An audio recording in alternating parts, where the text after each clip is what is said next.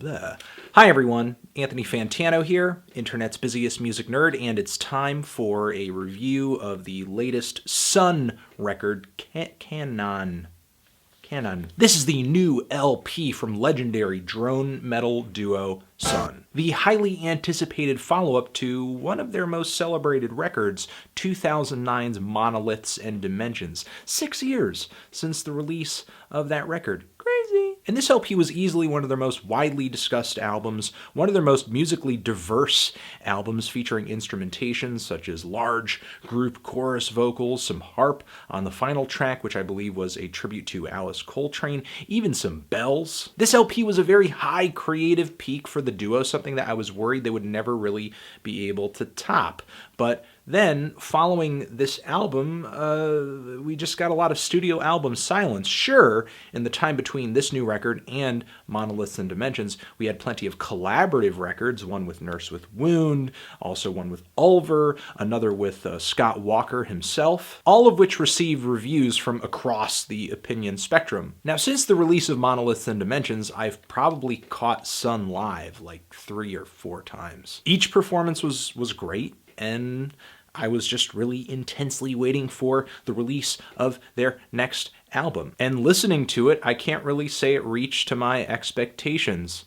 Honestly, it's really no more ambitious than the past several collaboration LPs that Sunn has released in recent years. I would actually say that the Scott Walker collaborative release is more ambitious. Sure, it's more obnoxious, but at least it took more risks. There are 3 tracks on this project that add up to just over 30 minutes, not really that long of a Sunn project. Maybe would have worked better as an EP. And looking into the sleeve that comes with the record, there's actually quite a bit of text here that goes into the concept behind this album. And the record is titled after an East Asian god or goddess, depending on who you talk to, of mercy. And the text here in the sleeve sort of talks about how the fact that this god is gender fluid in a sense kind of breaks these norms of not only just traditional sexuality, but also metal music as well, which we don't typically see as kind of a merciful or even a feminist thing. It was kind of interesting, but I stopped reading the sleeve once the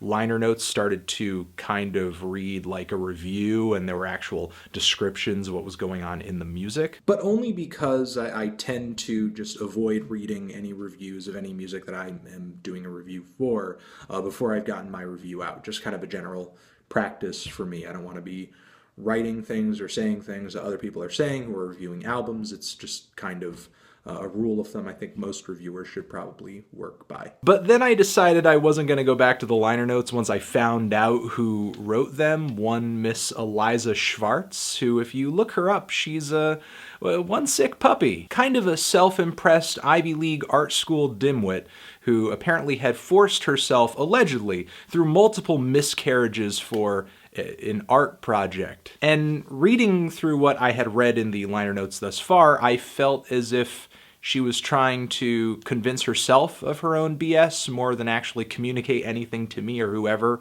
might be reading what was written in the liner notes. This album works in 3 parts, Kannon parts 1, 2, and 3, and the intro track doesn't really sound like anything different than what you might have caught during a Sunn live set with Attila fronting them over the past several years. Same guitar tones, very similar vocal deliveries, as well as a chord progression that I think Sunn has been recycling now for a while. Maybe there's a little more detail and a few more layers to the drone that weren't usually there in the live setting, which the studio has allowed them to do, but other than that, there's not really anything that stunning about this introduction track. It's kind of a tone setter.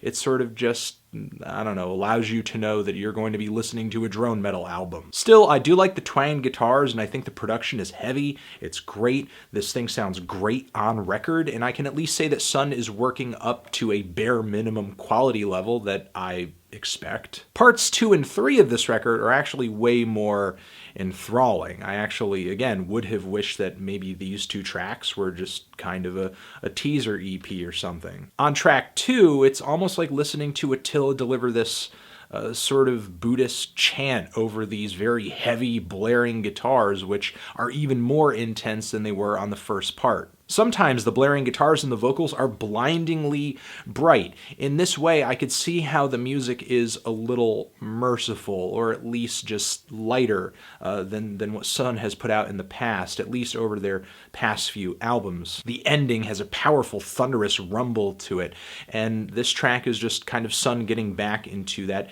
heaviness. They are sounding powerful once again. The third part of this record, I think, is maybe the most incredible moment on the album. The guitar leads are just wailing, really piercing through that low end bass. And those low frequencies get incredibly intense on this track, making for just the most monstrous moment on the record. Attila's vocals on this track are bellowing, actually reminds me quite a bit of him performing with the duo on that Domkirk live record. He really changes up his vocals later into the track, sometimes sounding like they're croaked and very, I don't know, mutated, very chilling and frightening. And in the second half of the track, there are these really high-pitched guitar melodies that are just piercing through the darkness. It's kind of like these little tiny rays of sunlight just shining through this apocalyptic, black, cloudy sky just for a moment before the track ends with a really gruff and rough finish. If there's one more thing that I have to say about this track as far as a criticism,